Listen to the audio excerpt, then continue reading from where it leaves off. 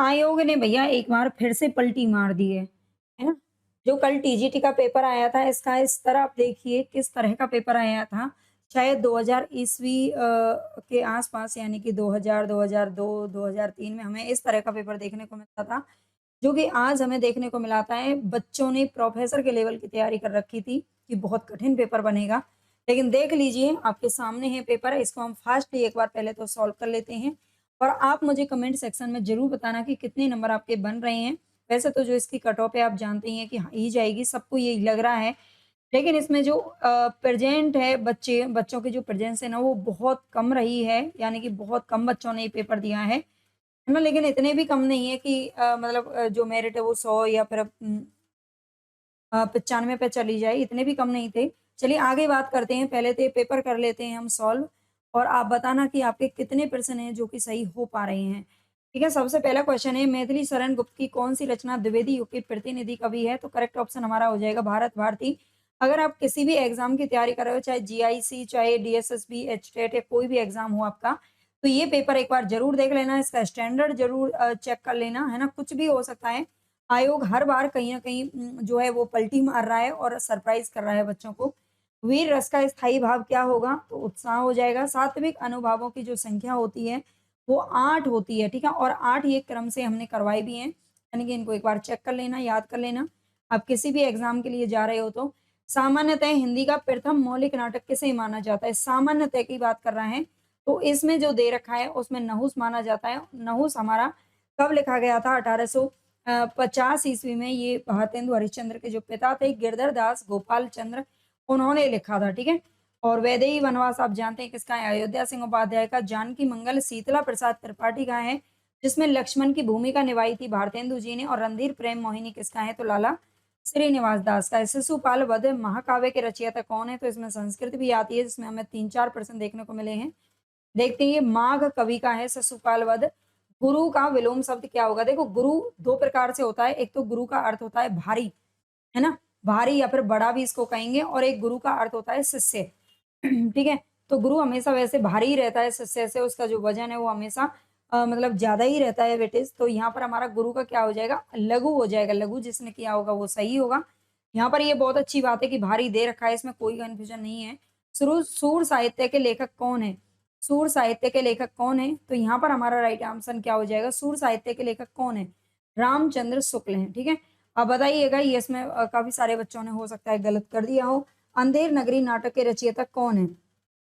अंधेर नगरी किसका है? तो 1881 ईस्वी में ये नाटक लिखा गया है और ये किसके द्वारा है? भारतेंदु हरिश्चंद्र जी ने। प्रेमचंद का अंतिम पूर्ण उपन्यास कौन-सा है? तो गोदान है, जो कि 1936 में प्रकाशित हुआ था, ये ध्यान रखिएगा। और ये अंतिम पूर्ण उपन्यास है, मंगलसूत्र इनका अपूर्ण उपन्यास इसके बाद रह गया था, है ना? रंगभूमि तो 1925 में ही आ गया था। गबन की बात करें तो 1931 में प्रकाशित हो गया था। कर्मभूमि 1928 के आसपास का है, ठीक है? 27-28 में। आगे देखते हैं, निम्नलिखित में से कौन-सा उदाहरण है जो कि करुण रस का है? करुण रस का उदाहरण इनमें से कौन-सा है? तो किसी प्रियजन की मृत्यु पर जो विलाप करते हैं, वो करुण रस होता है, ठीक है? उसमें क्या है? करुण रस है। राग दरबारी किस विधा की रचना है? राग दरबारी किसका है? तो श्रीलाल शुक्ल जी का है। श्रीलाल शुक्ल जी का क्या है? उपन्यास है। और ये किस प्रकार का उपन्यास है? ये व्यंग्यात्मक उपन्यास है, इसमें राजनीति से संबंधित है ये, ठीक है? महावीर प्रसाद द्विवेदी ने सरस्वती पत्रिका का संपादन किस अवधि में किया? किस वर्ष किया, यानी कि कब से लेकर कब तक इसमें समय दे रखा है? तो इन्होंने 1903 से कार्यभार संभाला था और 1903 से इन्होंने 1 जनवरी से ही कार्यभार संभाल लिया था और ये दिसंबर 1920 तक बने रहे। मंद्रा कांता मंदा क्रांता छंद किस श्रेणी का है? तो ये वर्णिक छंद है, जिसके अंदर 17 वर्ण होते हैं, ठीक है? 17 वर्ण होते हैं, इसमें याद रखना हर प्रत्येक चरण में। देवनागरी लिपि की त्रुटियों के सुधार हेतु किसने प्रयास नहीं किया था? देवनागरी लिपि की, यहाँ पर आपको बताना है राइट ऑप्शन हमारा क्या हो जाएगा? देवनागरी लिपि की त्रुटियों के सुधार हेतु प्रयास किसने नहीं किया? श्याम सुंदर दास, महावीर प्रसाद द्विवेदी, गोरख प्रसाद या फिर बंकिम चंद्र चटर्जी। मतलब यहाँ पर हमारा करेक्ट ऑप्शन क्या हो जाएगा भई? किसने देवनागरी लिपि के कार्य नहीं किया था? तो देखो अगर हम बात करें त्रुटियों के सुधार के लिए, देखो महावीर प्रसाद द्विवेदी ने भी कार्य किया था। उन्होंने व्याकरण संबंधी जो सुधार है उनको सुधारने के लिए उन्होंने बहुत कार्य किया था, है ना? और श्याम सुंदर दास ने भी किया है, उन्होंने तो हिंदी व्याकरण भी लिखा है। और गोरख प्रसाद, बंकिम चंद्र चटर्जी। तो मुझे जहाँ तक ऐसा लगता है इसमें बंकिम चंद्र चटर्जी का नाम नहीं है, एक बार आप बताइएगा इसमें क्या कोई कन्फ्यूज़न आ रहा है ना? 2-3 पर्सन ऐसे हैं जिनमें थोड़ा-सा डाउट लग रहा है, इनमें से विदेशज शब्द कौन-सा है? तो यहाँ पर हमारा सब सही शब्द हो जाएगा चश्मा, चश्मा विदेशी शब्द है, बाकी सारे के सारे क्या हैं? ये तत्सम है, आंचल और ये क्या है? लाठी और खेत तत्सम है। तितली उपन्यास के लेखक कौन है? तितली इरावती, है ना? तितली कंकाल और इरावती ये 3 उपन्यास हैं जो कि जयशंकर प्रसाद जी के मिलते हैं। इरावती इनका अपूर्ण उपन्यास था। रचना और रचनाकार में असंगत युग्म आपको बताना है। तार सप्तक तार सप्तक का देखो जो प्रकाशन है या तार सप्तक पत्रिका है ये हरिवंश राय बच्चन की नहीं है ना? तो ये असंगत हमारा यही हो जाएगा। पल्लव सुमित्रानंदन पंत, बावरा हेरी अग्गे और ओंकार दिनकर जी का है। मेला आंचल उपन्यास के रचयिता कौन है? तो ये 1954 ईस्वी में प्रकाशित हुआ था और इसी से ही आंचलिक उपन्यासों की शुरुआत मानी जाती है जो कि फणीश्वरनाथ रेणु जी का है। ठीक है, पद परिचय में सामान्यतः किन तत्वों का उल्लेख किया जाता है? तो पद परिचय में देखो लिंग, वचन, कारक और पद संबंध ये ए ऑप्शन हमारा राइट है इसमें। केवल जिसमें दे रखा है वो वैसे भी तीनों के तीनों गलत है हमारे। परंपरागत संस्कृत व्याकरण के अनुसार हिंदी में कुल कितने मूल व्यंजन माने जाते हैं?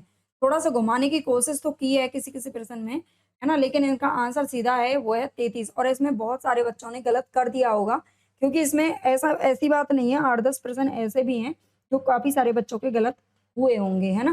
क्योंकि वो कन्फ्यूजन में उनको जैसे मूल दे दिया यहाँ पर, तो ऐसे गड़बड़ हो जाती है। तो 33 हो जाएगा। देवनागरी लिपि का मूल स्रोत किस लिपि को माना जाता है? देवनागरी लिपि का मूल जो स्रोत है, मूल स्रोत इसमें पूछ लिया गया है। अब इसमें दिक्कत ये है कि ये कुटिल लिपि से इसकी सबसे पहले शुरुआत मानी जाती है, लेकिन ब्राह्मी लिपि भी इसका क्या है? राइट है। तो इन दोनों में यहाँ पर कन्फ्यूजन हो सकता है, मतलब इनमें से एक को आयोग मानेगा। अब देखते हैं क्या करता है। ठीक है, दोनों ही इसमें मतलब दोनों सही नहीं है वैसे, लेकिन मूल स्रोत हम बहुत सारे बच्चों ने ब्राह्मी इसमें लगाया है, बहुत सारे बच्चों ने ब्राह्मी लगाया होगा पक्का, है ना? लेकिन इसका आंसर है वो कुटिल भी मान सकता है आयोग। अब देखते हैं क्या होता है। ठीक है, पायो जी मैंने राम रतन धन पायो में कौन-सा अलंकार है? आपने क्या किया है ज़रूर बताना इन प्रश्नों का आंसर और कितने आपके सही हो रहे हैं। पायो जी मैंने राम रतन धन पायो में कौन-सा अलंकार है? पायो जी मैंने राम रतन धन पायो, राम रतन में क्या हो जाएगा? रूपक अलंकार हो जाएगा। ठीक है, पायो जी मैंने राम रतन में रूपक अलंकार है। आदान का विलोम शब्द क्या है? तो प्रदान होता है। कालिदास की रचना इनमें से कौन-सी नहीं है? तो क्राता अर्जुनियम नहीं है, ये भारवी की रचना है। ठीक है, ये भारवी की रचना है, याद रखिएगा क्राता अर्जुनियम। आगे मुख मानो चंद्रमा है, इसमें कौन-सा अलंकार है? मानो, मनहु, जानो, जनहु किसमें आते हैं? ये उत्प्रेक्षा अलंकार में आते हैं। दो सूर्योदय का संधि विच्छेद क्या होगा? सूर्य प्लस में उदय हो जाएगा। ए ऑप्शन हमारा राइट है। राम राज बैठे त्रिलोका हर्षित भये गए सब शोका। राम राज बैठे त्रिलोका यानी कि जब राम जी किस पर बैठे थे? राजगद्दी पर बैठे, उन्होंने राजभार संभाला, तो सारे लोग क्या हो गए? बहुत खुशी से फूले नहीं समा रहे थे और उनके सारे शोक नष्ट हो गए। तो ये प्रसाद गुण का उदाहरण है, लेकिन इसमें भी बहुत सारे बच्चों ने माधुर्य लगाया है। अब बताइएगा इन निम्न में से कौन छायावाद के 4 स्तंभों में सम्मिलित नहीं है? तो छायावाद के 4 स्तंभ में कृष्णदेव झारी के अनुसार छायादेव के 4 स्तंभ माने गए हैं, जिसमें जयशंकर प्रसाद, महादेवी वर्मा, सूर्यकांत त्रिपाठी निराला और इसके अलावा पंत जी का नाम आता है। ठीक है, लेकिन रामधारी सिंह दिनकर इसमें शामिल नहीं है। ये रामधारी सिंह दिनकर का जो समय है वो ये किससे जुड़े हुए हैं? तो राष्ट्रीय सांस्कृतिक काव्य धारा से इनका संबंध है। कबीर की रचनाओं के संग्रह बीजक को कितने भागों में विभाजित किया जाता है? तो बीजक को आप जानते हैं साकी, शबद और रमैनी 3 भागों में। अष्टछाप के कवियों का संगठन किसने किया था? 1565 ईस्वी में ये किया था विठल नाथ ने। गेहूं और गुलाब संस्मरण किसका है? रामवृक्ष बेनीपुरी का है। जायसी कृत जो पद्मावत है इसका रचना वर्ष कौन सा माना जाता है? बस थोड़ा सा घुमाने की कोशिश की है, उन्हें लग रहा है कि बच्चे मतलब कुछ पढ़ते ही नहीं है। प्रचलित रचना वर्ष पूछ लिया है। अब यहाँ पर हमारा सही आंसर हो जाएगा 1540 ईस्वी। च छ ज झ ये तालव्य उच्चारण स्थान इनका आता है, तालव्य से संबंधित है। पुष्प का सुमन पर्यायवाची होता है। इनमें से कौन सा महाकाव्य का लक्षण नहीं है? तो यहाँ पर हमारा सही आंसर हो जाएगा। इसमें अष्ट रस होने चाहिए, ये कोई जरूरी नहीं है। बहुत सारे आपने महाकाव्य देखे होंगे जिसमें एक या दो तीन ही रस रहते हैं ना, जैसे पृथ्वीराज रासो देख लो, वो सब महाकाव्य हैं, है ना? पद्मावत को देख लो, चाहे आप कामायनी को देख लो, सब में 2-3 ही रस मिलते हैं, अष्टरस किसी में नहीं होते। तो सरेपा किस साहित्यिक परंपरा के कवि माने जाते हैं? कितना बढ़िया क्वेश्चन है ना? सिद्ध साहित्य मतलब समझ में ही नहीं आ रहा कि इस प्रैक्टिस सेट को मतलब इस पेपर को देख के खुश हों या फिर दुखी हों, है ना? राजा नरवंशिया कहानी के लेखक कौन है? सोचा नहीं होगा, ये अनएक्सपेक्टेड क्वेश्चन पेपर आया है। कि इतना ईज़ी आ सकता है, कोई सोच भी नहीं सकता, वो भी आज के समय पर, आज के दौर में, है ना? चलिए ठीक है। कलम का सिपाही राजा निर्बंसिया किसकी है? कमलेश्वर की कहानी है राजा निर्बंसिया। कलम का सिपाही किसकी जीवनी है? तो ये देखो प्रेमचंद की जीवनी है, जो कि इनके बेटे ने लिखी थी अमृत राय ने। ठीक है, इनके बेटे ने लिखी थी अमृत राय ने। प्रेमचंद की जीवनी है। कलम का मजदूर मदन गोपाल ने लिखी थी, वो भी प्रेमचंद की जीवनी है। पुनरुक्ति दोष किस श्रेणी का दोष है? इसमें बच्चों ने हो सकता है कुछ गलत कर दिया हो, लेकिन अच्छे से तैयारी किए होंगे तो ये गलत नहीं होंगे, मैंने भी कराए थे बहुत अच्छे से। तो ये अर्थ दोष हो जाएगा इसमें, है ना? अर्थ दोष हो जाएगा पुनरुक्ति दोष में। क्योंकि पुनरुक्ति कब हम निकालते हैं? हमें अर्थ से पता चलता है, जैसे कि जगत, संसार दोनों एक वाक्य में दे दिया, अब हमें अर्थ से पता चल रहा है कि दोनों एक ही अर्थ निकल रहा है इनका, तो अर्थ दोष का ये उदाहरण हो जाएगा। अवधि एवं अवधि, जिस पर छोटी की मात्रा होती है अवधि, वो होता है समय, और जिस पर बड़ी की मात्रा होता है वो होता है बोली। ठीक है? समय क्या होता है? जल्दी भागता है, और बोली क्या होती है? हम आराम-आराम से बोलते हैं, ठीक है? तो अवधि एवं अवधि, इस तरह से हमने तो आपको टेक्स्ट से भी ये क्वेश्चन सारे करवाए थे। तो आगे देख लेते हैं, लेकिन बहुत सारे बच्चों ने हो सकता है इसमें कन्फ्यूजन में गलत कर दिया हो। नमस्कार का संधि विच्छेद क्या होगा? नमय धनकार हो जाएगा, इसमें विसर्ग संधि है। इंदुमती कहानी का जो प्रकाशन है ये हुआ था सरस्वती पत्रिका में 1900 ईस्वी में, और ये किशोरी लाल गोस्वामी जी की क्या है? कहानी है, जिसे शुक्ल जी ने प्रथम कहानी माना है। हिंदी का प्रथम मौलिक उपन्यास किसे माना जाता है? तो ये परीक्षा गुरु को माना जाता है। मौलिक नाटक पूछ लिया, मौलिक उपन्यास पूछ लिया, है ना? सोच सकते हैं कि आप इतना ईज़ी पेपर आएगा। ये 1882 ईस्वी में प्रकाशित हुआ था, लालित श्रीनिवास दास का है। चारूचंद्र की चंचल किरणें, इसमें अनुप्रास अलंकार है। उसने कहा था कहानी के रचयिता कौन है? तो ये चंद्रधर शर्मा गुलेरी की है, जो 1915 में सरस्वती में छपी थी। इसके बाद है डॉक्टर जॉर्ज ग्रियर्सन के अनुसार हिंदी की प्रमुख उपभाषाओं की संख्या कितनी है? तो इसमें बच्चों ने गलत किया होगा जहाँ तक मुझे लगता है, लेकिन 2 ही है, पश्चिमी हिंदी और पूर्वी हिंदी। जयशंकर प्रसाद की कौन-सी रचना नहीं है? तो अनामिका आप जानते हैं किसकी है? निराला जी की है अनामिका। झरना, आँसू और लहर जयशंकर प्रसाद की हैं। सूरसागर की काव्य रचना मुख्यतः किस शैली में की गई है? दोहा, चौपाई शैली, रोला, रोला में तो ये नहीं लिखा गया, कवित्व, सवैया, या फिर भागवत आधारित पद शैली। तो इसमें देखते हैं, वैसे इसका डी ऑप्शन है जो सही हो रहा है।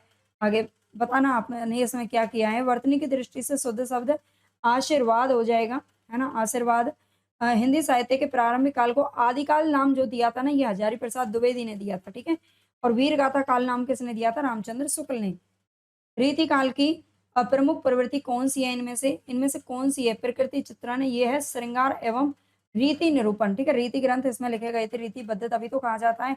अनिल एवं अनिल, जिस पर ई की मात्रा लगी होती है वो वायु का होता है, और जिस पर की मात्रा, ई की मात्रा हट जाती है, यानी कि जल जाती है अग्नि से, इस तरह से मैंने आपको पहले भी बताया था ट्रिक से, वो वायु और अग्नि का होता है।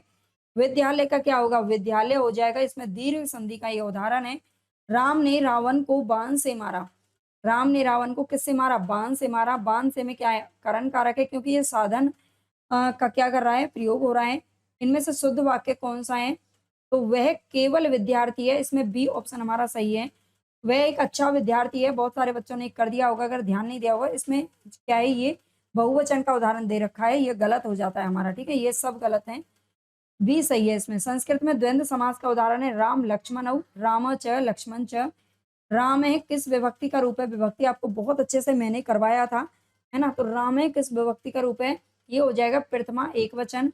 नई कविता पत्रिका के संपादक कौन थे? तो जगदीश गुप्त थे। 1954 ईस्वी में इन्होंने संपादन किया था। 1954 में। अशोक के फूल 1948 ईस्वी में इनका प्रथम निबंध संग्रह है, हजारी प्रसाद द्विवेदी का। त्रिवेणी में किनकी आलोचनाएं? बार बार आपको मैं बताती रही, है ना? सबको पता होगा त्रिवेणी में जायसी, सूरदास और तुलसीदास का। इसमें कबीर का नाम नहीं आता, हमने पहले ही आपको बताया था कि कबीर दे देता है अलग ऑप्शन में, लेकिन आपको कबीर को नहीं लगाना है, ठीक है? आगे आसमान सिर पर उठाना मुहावरे का सही अर्थ क्या होगा? बताइए, आसमान सिर पर उठाना क्या होता है? बहुत शोर मचाना, ठीक है? बच्चे, आपने देखा होगा जब बच्चे गर्मियों की छुट्टियां पड़ रही हैं, बहुत सारे बच्चे इकट्ठे हो जाते हैं, बहुत शोर मचाते हैं, उन पर बोलते हैं ना आसमान सिर पर उठा लेते हो, ठीक है? संविधान सभा ने हिंदी को राजभाषा के रूप में स्वीकार किया था 14 सितंबर 1949। अनुकरण शब्द में प्रयुक्त उपसर्ग कौन सा है? तो अनु है, अन नहीं है इसमें। कुरुक्षेत्र काव्य के ये 1946 में प्रकाशित हुआ था, कुरुक्षेत्र, ठीक है? और ये कौन सा हो जाएगा? रामधारी सिंह दिनकर का है। चक्र पानी में समास कौन सा है? ये बहुव्रीहि है। चक्रपाणि किसको बोलते हैं? जिसके हाथ में चक्र है ना? ये 2 दिन पहले ही समास करवाया था, वो है विष्णु जी का। राम विद्यालय जाता है, इसका संस्कृत अनुवाद क्या होगा? राम विद्यालय जाता है, राम विद्यालय को जाता है। राम कहाँ जाता है? विद्यालय को जाता है, ये कर्म कारक हो जाएगा और राम है विद्यालयम गच्छति। ठीक है, ये ऑप्शन हमारा यहाँ पर राइट हो जा रहा है, लेकिन इसमें बहुत सारे बच्चों ने गलत कर दिया होगा, है ना? 8-10 प्रश्न तो ऐसे हैं जिनमें बच्चे थोड़ा-सा घूमे हैं। का वर्षा जब कृषि सुखानी, लोकोक्ति का अर्थ क्या होगा? समय बीत जाने से सहायता का कोई लाभ नहीं होता है, ठीक है? अगर समय एक बार निकल गया, तो सहायता मिलने से कोई फायदा नहीं है। इनमें से हिंदी साहित्य के आदिकाल की प्रमुख प्रवृत्ति कौन-सी है? तो वीर गाथा और चरित काव्य है। तत् प्लस टीका, तट टीका हो जाएगा, तट टीका, ये वाला हमारा राइट ऑप्शन हो जाएगा। 2 दिन पहले ही मैंने संधि और समास आपको करवाया था एक, अगर आपने पढ़ा होगा तो व्याकरण भी, है ना? रचना के आधार पर वाक्य के 3 भेद होते हैं, बार-बार आपको बोला था, रचना या फिर बनावट। रचना का अर्थ क्या होता है? बनावट होता है ना? हमने बनावट बता दिया था। बनावट या फिर इसे क्रिएटिविटी कहते हैं इंग्लिश में, अगर आप समझ सकते हो तो। बनावट के आधार पर रूढ़, यौगिक और योगरूढ़ 3 प्रकार के शब्द होते हैं। हिंदी ध्वनि विज्ञान के अनुसार मूल स्वर 4 होते हैं, अ, इ, उ, ऋ। ठीक है? आगे है रामचंद्र शुक्ल के निबंध श्रद्धा भक्ति के अनुसार श्रद्धा का संबंध किससे है? तो ये सद्गुणों के प्रति आदर भाव से। अगर कोई इंसान बहुत गुणवान है, उसके अंदर बहुत अच्छे-अच्छे गुण विराजमान है, तो हम उन्हें उनका जो आदर इज्जत करते हैं, वो श्रद्धा कहलाता है, ठीक है? इनमें से कौन निर्गुण भक्ति धारा के संत कवि नहीं है? तो आप जानते हैं सूरदास नहीं है। ये सगुण भक्ति धारा में कृष्णाश्रयी शाखा के प्रतिनिधि कवि माने जाते हैं। सच्चरित्र में कौन-सी संधि है? तो सच्चरित्र में हमारी व्यंजन संधि हो जाएगी और इसका जो अर्थ होगा वो होगा सत प्लस चरित्र। ठीक है? सत प्लस चरित्र हो जाएगा। राजपुत्र में कौन-सा तत्पुरुष समास है? राजपुत्र, राजा का पुत्र, ठीक है? राजा का पुत्र, तो ये हो जाएगा षष्ठी तत्पुरुष, अगर बच्चों ने अच्छे से लगा दिया होगा तो। 10 कुमार चरित किसकी दंडी की रचना है? आधे अधूरे 1955 ईस्वी में लिखा गया था। ये गीति नाटक के रूप में जाना जाता है, अंधा युग, है ना? नाटक का ही एक रूप है गीति नाटक, तो ये मोहन राकेश का है। जिस शब्द का प्रयोग सुनने में अप्रिय लगे उसे श्रुति कट कहते हैं। श्रुति, श्रुति सुनते किससे हो? कानों से, ठीक है? आगे है शुद्ध शब्द इनमें से कौन-सा है? तो जिसमें दोनों दोनों ज क्या होते हैं? आधे-आधे होते हैं, उज्ज्वल, ठीक है? भवभूति की रचनाओं में शामिल कौन-सा नहीं है? तो शाकुंतल कोई रचना नहीं है इनकी।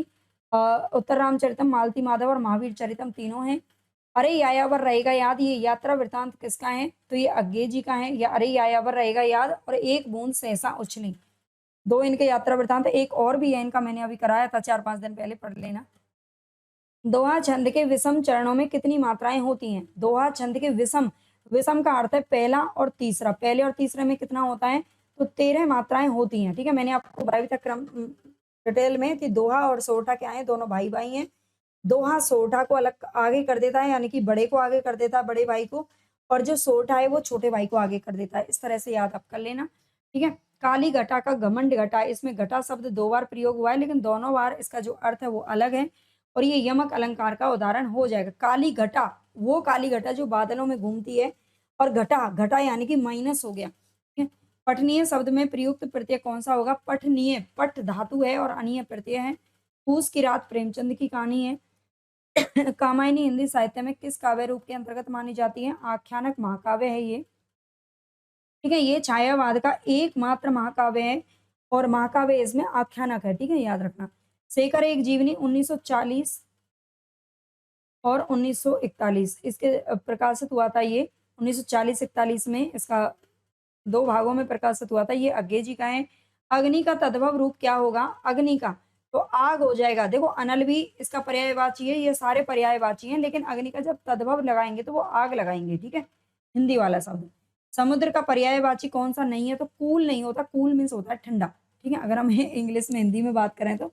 लेकिन कूल का अर्थ समुद्र नहीं होता, बाकी रत्नाकर, जल्दी और सिंधु होता है। देवनागरी लिपि की विशेषता कौन-सी नहीं है? ये दाएँ से बाईं तरफ नहीं लिखी जाती, खरोष्ठी लिपि लिखी जाती है, ठीक है? जो खरोष्ठी लिपि होती है और उर्दू जो भाषा होती है, ये दोनों किसमें लिखी जाती हैं? दाएँ से बाईं ओर लिखी जाती हैं। बाकी ये इनकी विशेषता नहीं है। जो कुछ भी ना जानता हो उसको अज्ञ कहेंगे, अज्ञान, अज्ञान इससे बनता है। सर्वज्ञ जो सब कुछ जानता हो, अल्पज्ञ जो थोड़ा बहुत जानता हो। झूठा सच उपन्यास किसका है? तो ये यशपाल जी का है, जो कि 2 भागों में प्रकाशित हुआ था, 1958 और 1960 ईस्वी में, ठीक है? इनमें से कौन-सी रचना है जो तुलसीदास की नहीं है? तो आप जानते हैं सूर सारावली नहीं है, सब वैसे ही पता कर लेंगे इसका तो, है ना? रस के प्रमुख अवयव कितने होते हैं? 4 होते हैं। रीतिबद्ध काव्य धारा का प्रवर्तक किसे माना जाता है? केशव दास को। जिसकी उपमा ना हो उसको अनुपमीय कहते हैं, अनुपम कहते हैं। दर्शन किसी के दर्शन करना ये सदा बहुवचन में ही प्रयोग किया जाता है। जैसे मैंने प्रेमानंद महाराज जी के दर्शन किए, है ना? मैंने राम जी के दर्शन किए, हमेशा दर्शन किए में प्रयोग, दर्शन किया कभी नहीं होता है ना? चिंतामणि निबंध संग्रह के लेखक कौन है? 1939 में पहला प्रकाशित हुआ था इसका भाग और ये है रामचंद्र शुक्ल जी का। इनमें से कौन-सा शब्द है जो कि तद्भव है? तो आँख इसमें से तद्भव है और इसका जो तत्सम शब्द होता है वो होता है अक्षी। ठीक है? साहित्यकार भारतेंदु मंडल से संबंधित कौन-सा नहीं है? तो आप जानते हैं मैथिली शरण गुप्त नहीं है, ये द्विवेदी युग के कवि हैं।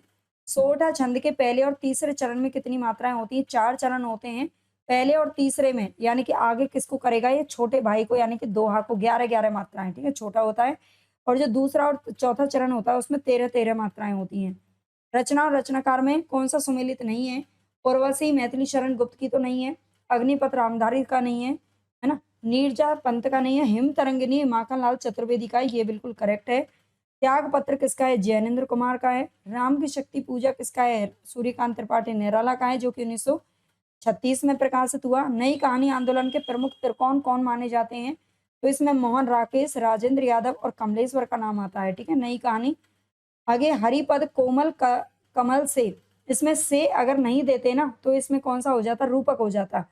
हरिपद कोमल कमल, ठीक है? लेकिन हरिपद कोमल कमल से दे दिया है तो ये वाचक शब्द जो सा से सी जिसमें आ जाते हैं वो उपमा अलंकार का उदाहरण होता है। हो सकता है बच्चों ने कंफ्यूजन में गलत कर दिया हो कुछ ने। आधुनिक हिंदी साहित्य का जनक भारतेंदु हरिश्चंद्र को किसने कहा है? तो ये रामचंद्र शुक्ल ने कहा है। वीर रस एवं रौद्र रस में किस गुण की प्रधानता होती है? तो सब जानते हैं ओज की होती है।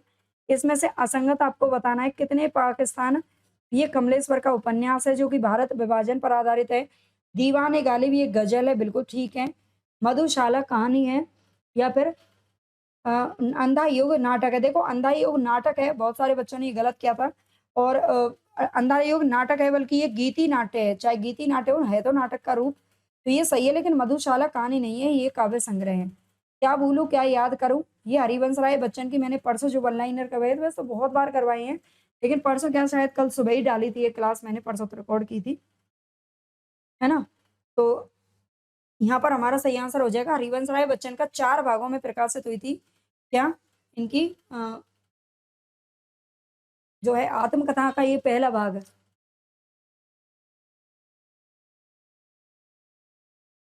आगे मानक रूप से स्वीकृत बिहारी सतसई में कुल कितने दोहे संकलित माने जाते हैं? तो बिहारी सतसई में 713 दोहे हैं जो कि संकलित हैं।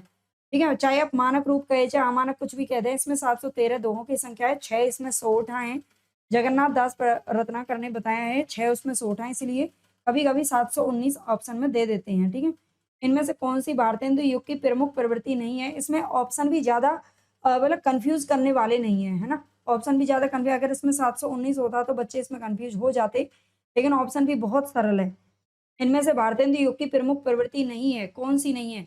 खड़ी बोली का प्रचलन, सामाजिक सुधार, प्रकृति का सूक्ष्म चित्रण या फिर देश प्रेम?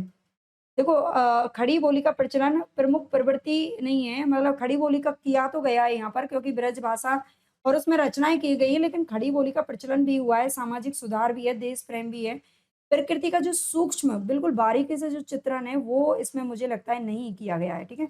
ये छायावाद की विशेषता है, प्रकृति का सूक्ष्म चित्रण, ये इसकी प्रमुख प्रवृत्ति में नहीं आता है और देखते हैं इसका क्या मानते हैं, खड़ी बोली का प्रचलन भी देखते हैं, है ना? इसमें थोड़ा-सा कन्फ्यूजन हो सकता है। आयोग क्या मानता है, वो हमारे लिए मैटर करेगा अब आगे। इनमें से स्त्रीलिंग शब्द कौन-सा है? तो स्त्रीलिंग शब्द इसमें से मिठाई है, मिठाई खाई जाती है, खाया नहीं जाता। पृथ्वीराज रासो के रचयिता कौन है? तो ये चंद बरदाई हैं, पृथ्वीराज रासो ये प्रथम महाकाव्य का दर्जा दिया है किसने? रामचंद्र शुक्ल जी ने। रीति मुक्त काव्य धारा के कवि कौन है? घनानंद है। नागार्जुन की कौन-सी रचना है इनमें से? तो बलचनमा है इनकी। गुनाहों का देवता धर्मवीर भारती की है। तमस भीष्म साहनी का उपन्यास है। मित्रों मर्जानी कृष्णा सोबती की है। आषाढ़ का एक दिन को सामान्यतः किस प्रकार का नाटक माना जाता है? आषाढ़ का एक दिन में ये कालिदास और कश्मीर का राजा और उन सबसे संबंधित है, तो ये ऐतिहासिक माना जाता है ना? मृगावती किसकी रचना है? कुतुबन की रचना है जो 1503 ईस्वी में प्रकाशित हुई थी, है ना? जिसमें उपमेय का निषेध करके उपमान का आरोप कर दिया जाए, वह कौन-सा अलंकार होता है? तो अपनुति होता है ना? ये परिभाषा मैंने आपको कराई थी सारे अलंकारों की और बताया था कि आजकल परिभाषाएँ पूछ ली जाती हैं।